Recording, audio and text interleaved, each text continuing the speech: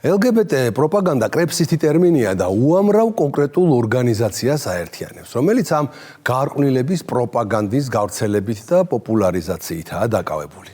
ასეთი ორგანიზაციები უამრავია.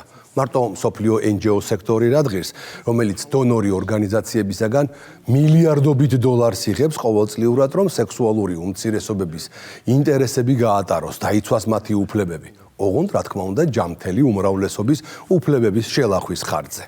თუმცა ამ ჰომოსექსუალებისა და ტრანსგენდერების პროპაგანდისტებს შორისაც არიან გამორჩეული გიგანტები, რომლებსაც გარყვნილების გავრცელების სხვებზე მეტი საშუალება აქვთ.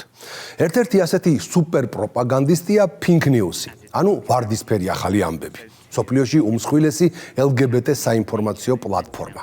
მისი გავლენა საზოგადოებაზე იმდენად დიდია, რომ ბრიტანეთში ერთნაირ სქესიანთა ქორწინებების დაკანონებას უშუალოდ ამ Pink News უკავშირებენ. მისმა ყოველწლიურმა დაჯილდოების ცერემონიამ, სადაც LGBT თემის გამორჩეულ შვილებს და ცისარტყელას ფერებში შეფუთულ ბრენდებს აჯილდოვებენ, უკვე დიდი ხანია მიიპყრო მსოფლიო ელიტის, მათ შორის პოლიტიკოსების ყურადღებაც. თქვენ წარმოიდგინეთ და ამ ვარდისფერ ღონისძიებაზე დასწრება ისეთი პრესტიჟული ამბავია, რომ ბრიტანელი პრემიერ-მინისტრები და მსოფლიო პოლიტიკის მაღალჩინოსნები ცდილობენ Pink News-ის დაჯილდოების ცერემონია არასდროს გამოტოვონ. სწორედ ამიტომ გარყვნილების ამ ბრიტანულ ზეიმზე ნამყოფები არიან ტონი ბლერი, ტერეზა მეი, ნენსი პელოსი, სადიკ ხანი, კეირ სტარმერი და ასე შემდეგ. თუმცა როგორი პომპეზური და ბრჭყვიალაც არ უნდა იყოს Pink News-ის LGBT პერფორმანსები, გარყვნილების ბუნაგში თუ რამე არ უნდა გაგიკვირდეს ადამიანს, ეს თავად გარყვნილებაა. გარყვნილება ყველა დონეზე და ყველასთან მიმართებაში. მოგეთ, რამდენიმე დღის წინ Pink News-ი სერიოზულ სკანდალში გაეხვა. ხომ იცით, რაც უფრო დიდი და გავლენიანია კომპანია, მით უფრო დიდი ხმა აქვს იქ გახეთქილ სკანდალს. ალბათ არავის გაგიკვირდებათ თუ გეტყვით, რომ Pink News-ის დამფუძნებლები, მეპატრონეები და იმავდროულად მმართველები არატრადიციული ორიენტაციის პერსონაჟები არიან.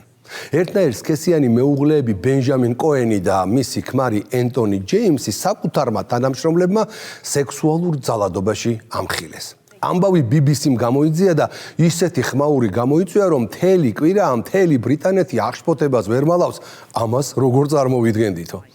რა თქმა უნდა, ნებისმიერი მათ შორის სექსუალური ძალადობა ერთმნიშვნელოვნად აღმაშფოთებელია, მაგრამ რატომ გაუკვირდა ყველას ასე გარყვნილების ფაქტები, გარყვნილების ბუნაგში, ცოტა გაუგებარია. მოკლედ, Pink News-ის რამდენიმე თანამშრომელმა BBC-ს განუცხადა, რომ ჰომოსექსუალი უფროსობისაგან არაერთხელ მიუღიათ უხამსი წინადადებები, ხოლო კორპორატიულ საღამოებზე, რომელიც პრაქტიკულად ყოველ კვირას იმართებოდა და რომელზეც ეს თანამშრომლები გონების დაკარგვამდე ცრებოდნენ, უხამს წინადადებებს უხამსი ხელების ფათურიც ემატებოდა.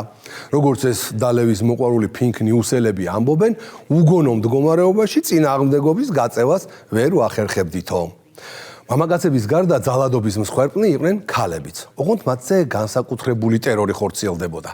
ერთმანეთზე დაქორწინებული აღვირახსნილი დირექტორები გოგონებისაგან ითხოვდნენ მათი ერთნაირ სქესიანი გაუყუღმართებული ოჯახისთვის სუროგატი დედები გამხდარიყვნენ. თავად კოინი და მისი ქმარი ჯეიმსი ბრალდებებს კატეგორიულად უარყოფენ.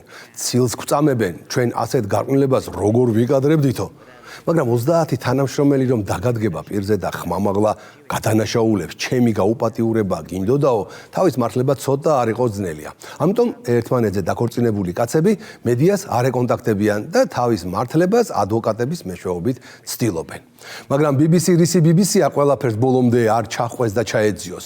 ამ ძალადობის მსხვერპლი 3 ათეული მამაკაცის ჩვენების გარდა, მათ ასევე აღმოაჩინეს უამრავი სხვა მტკიცებულებაც, მათ შორის წერილები, საჩივრები, პირადი ელექტრონული პოსტით და WhatsApp-ით გაგზავნილი შეტყობინებები, რომელშიც თანამშრომლები ერთმანეთს უზიარებდნენ თავიანთ შეშფოთებას. ამოქეკეს ამ დაბულინგებული თანამშრომლების ფსიქოლოგებისა და ფსიქიატრების ჩანაწერებიც, სადაც დასტრესილი ფინკელების ფსიქიური ჯანმრთელობის ისტორიები ინახება. მოკლედ, კოკასა შიგან რაცა დგას, იგივე წარმოდინდებისო. Pink News-ში ეს ანდაზა აშკარად არ ეციან, თორემ ხომ არ გაუკვირდებოდათ LGBT პროპაგანდისტული ბუდიდან გარყვნილების მეტი რომ არაფერი მოედინება. პაპი გრეგორ მე-15 ალბათ ვერასოდეს წარმოიდგენდა, რომ მის მიერ 1622 წელს შექმნილი კონგრეგატიო დე პროპაგანდა ფიდე, რაც ქართულად რწმენის გავრცელების კონგრეგაციას ნიშნავს, საფუძველს ჩაუყრიდა 21 საუკუნის სოციალურ და პოლიტიკურ ცხოვრებაში ერთ-ერთ ყველაზე მეტად გამოყენებად ტერმინს პროპაგანდა. სიტყვით რომ ვთარგმნოთ, პროპაგანდა ლათინური წარმომავლობის სიტყვა და რაიმე ამბის, ინფორმაციისა თუ სწავლების სათანადო შესაბამის გავრცელებას ნიშნავს. და ასე, ქრისტეს სიტყვის გავრცელების მიზნით შექმნილი ტერმინი სხვადასხვა ჯგუფების მეშვეობით გახდა ნათლი მამა სიტყვისა, რომელიც დღეს უკვე ისეთ პროცესს აღწერს, რომელშიც რთულია გაიგო, სად არის ღვთის და სად ეშმაკის სიტყვა.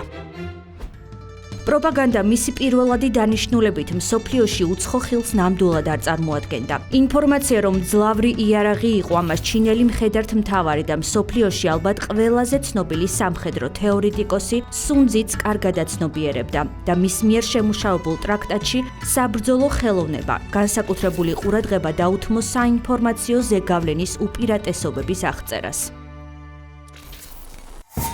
დღეს ჯანსაღი საზოგადოების ნაწილი ვითომ და პროგრესულმა ფსევდოლიბერალურმა დასავლეთმა იქამდე მიიყვანა, რომ სექსუალური უმცირესობების მიერ გავრცელებულ ღია ან ფარულ პროპაგანდასაც იგერიებს. ინფორმაციები არაერთგვაროვანია.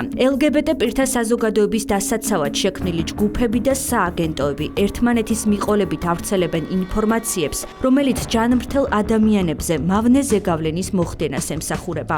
პროპაგანდისტები და გაუკუღმართებული ცხოვრების სტილის დამფუძნებლები უკვე ყოველდღიურობაში გვარწმუნებენ, რომ საზოგადოებამ სექსუალური უმცირესობების იდეოლოგია ნორმად უნდა მივიღოთ. Hi, I'm Courtney Act and you're watching Pink News. სოფლიოში ყველაზე დიდი და გავლენიანი LGBT საინფორმაციო პლატფორმა Pink News-ია, რომელიც გარყვნილების ტირაჟირებას ახდენს. ბრიტანული LGBT ახალი ამბების ვებგვერდი სექსუალური უმცირესობების შესახებ ინფორმაციებს მხოლოდ კი არ აქვეყნებს, არამედ მათი უფლებების განმტკიცებისთვის სერიოზულ ნაბიჯებს დგამს. საუბარია იმაზეც, რომ Pink News-ის ზეგავლენა საზოგადოებაზე იმდენად დიდია, რომ ბრიტანეთში ერთნაირ სქესიანთა ქორწინების კანონებაში მას უდიდესი წვლილი მიუძღვის.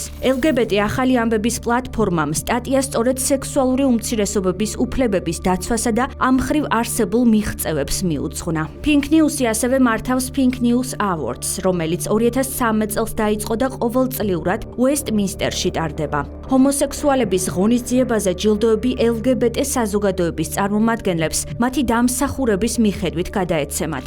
სექსუალური უმცირესობების ყოველწლიურმა დაჯილდოებამ ცერემონიამ უკვე დიდი ხანია მიიპყრო მსოფლიო ელიტის, მათ შორის პოლიტიკოსების ყურადღება.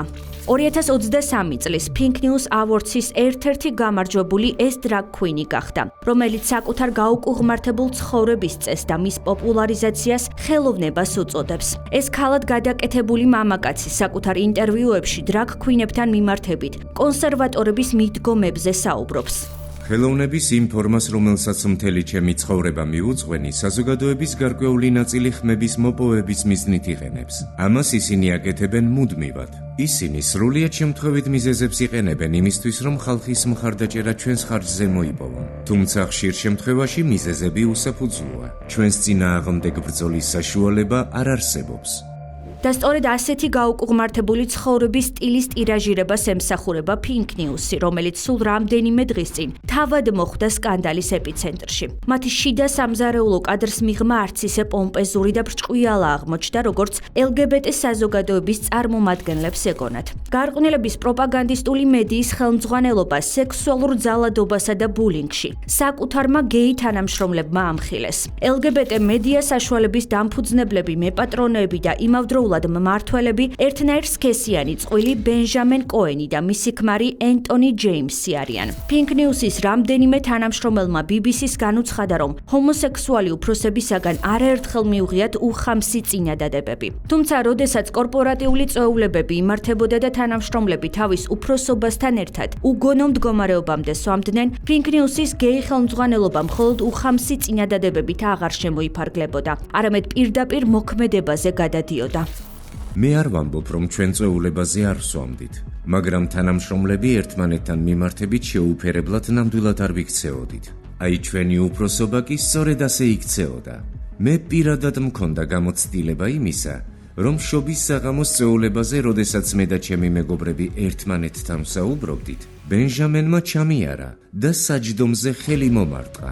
ეს რომ ჩემს თანამშრომლებს გაეკეთებინათ, ჩვეულებრივად მივიღებდი, მაგრამ გენერალური დირექტორისგან გადადგმულმა ამ ნაბიჯმა შოკირებული დამტოვა.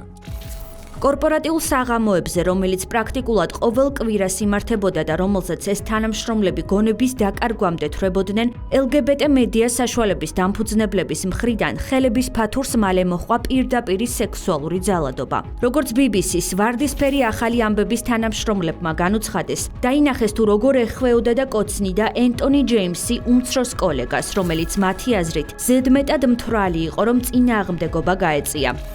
ერთ საღამოს, როდესაც ბარში დასალევად წავედით, ჯეიმსმა უმცროსი კოლეგა გარეთ ხის უკან მიიყვანა. ენტონი მას ეხვეოდა და კოცნას აიძულებდა. ჩვენი თანამშრომელი კი უბრალოდ ისეთი მთვრალი იყო, რომ ფეხზე ძლივს იდგა. შესაბამისად, ის წინააღმდეგობას ვერ გაუწევდა. მე და ჩემი თანამშრომლები ვაცნობიერებდით ამ ყველაფერს, მაგრამ ხმას ვერ ვიღებდით. გვეშინოდა, რომ სამსახურიდან გაგვათავისუფლებდნენ.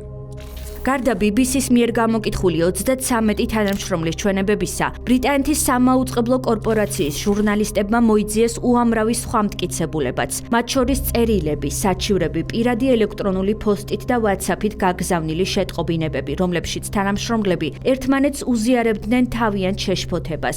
ასევე აღმოაჩინეს ექიმების ჩანაწერები, რომლებიც სამუშაო გარემოში თანამშრომლების სტრესს და ფსიქიკურ ჯანმრთელობას ეხებოდა. თუმცა ამაზე არავინ საუბრობდა. დუმილის ერთ-ერთი მიზეზი Pink News-ის ხელმძღვანელობის ბენჟამენ კოენისა და მისი ქმრის ენტონი ჯეიმსის გავლენებიც იყო, რომლებიც თავისი LGBT პროპაგანდის წყალობით მილიონებს ფლობდნენ. მამაკაცების გარდა ზეწოლა ხორციელდებოდა ქალებზეც, როგორც აღმოჩნდა, ერთნაირ სქესიანი წყვილი მათ აიძულებდა, რომ სუროგატი დედები გამხდარიყვნენ და ამ გეი ოჯახისათვის შვილები გაეჩინათ. და ასე უბრალოდ ნანატრი სამსახური რომ არ დაეკარგათ, თანამშრომლები ამ ძალადობას ეგუებოდნენ. მოკლედ ასე ხდება, როდესაც ადამიანი სიბინძურის და გარყვნილების ტირაჟირებას ახდენს, რთულია საკუთარი თანამოაზრეების მიმართაც არ გამოამჟღავნოს ეს დამოკიდებულება. ამ სექსუალურად შევიწროებული თანამშრომლების მდგომარეობა კი უფრო მეტად საგანგაშოა, რომლებიც ამ ძალადობის მიუხედავად მაინც იმედოვნებენ, რომ Pink News-ის შიდა პოლიტიკა შეიცვლება და ისინი თავის პროპაგანდისტულ საქმიანობას კვლავ გააგრძელებენ. ყველაზე საინტერესო მთელ ამ სკანდალში ჩემი აზრით მაინც არის ის, რომ Pink News-ის სექსუალურად დატერორებული თანამშრომლები უფროსებისაგან ძალადობაზე მეტად იმას განიცდიან, რომ მათ საყვარელ ვარდისფერ კოლექტივში შექმნილი არაჯანსაღი სამუშაო გარემო იმ წმინდა საქმეს აზიანებს, რომელსაც მათი LGBT საიტი ემსახურება. ანუ ზიანდება სექსუალური უმცირესობების წარმომადგენელთა ინტერესები. საზოგადოება ვეღარ იღებს საჭირო ინფორმაციებს არაბინარული ადამიანების ცხოვრების შესახებ, რაც ყოვლად დაუშვებელია. ცოტა შორეული პარალელია, მაგრამ ამ ისტორიამ ის პორნო ვარსკვლავი გამახსენა ტრამპს რო უჩიოდა სექსში ფული შემომთავაზა, მაგას მე გარყვნილი ქალი ხომ არ გონივარო. ესენიც ისე იქცევიან, აშკარად თავი ფრთიანი ანგელოზები ჰქონიათ. კვირაში 4-ჯერ ყოველ საღამოს 10 საათზე ყურადღებით დააკვირდით ლიბერალიზმის ანატომიას. ხომ გაგიგიათ, ადამიანს პირიდან შემავალი კი არ წაბილწავს, არამედ პირიდან გამომავალიო. ზუსტად ვიცი, Pink News-ელებმა ეს სახარებისეული სიბრძნეც არიციან, თორემ როგორმე მიხვდებოდნენ, რომ მათი გარყვნილი უფროსების ძალადობაზე არანაკლები ძალადობა, გარყვნილების ის საყოველთაო პროპაგანდა, რასაც ისინი ასეთი გულმოდგინებით ემსახურებიან. დროებით.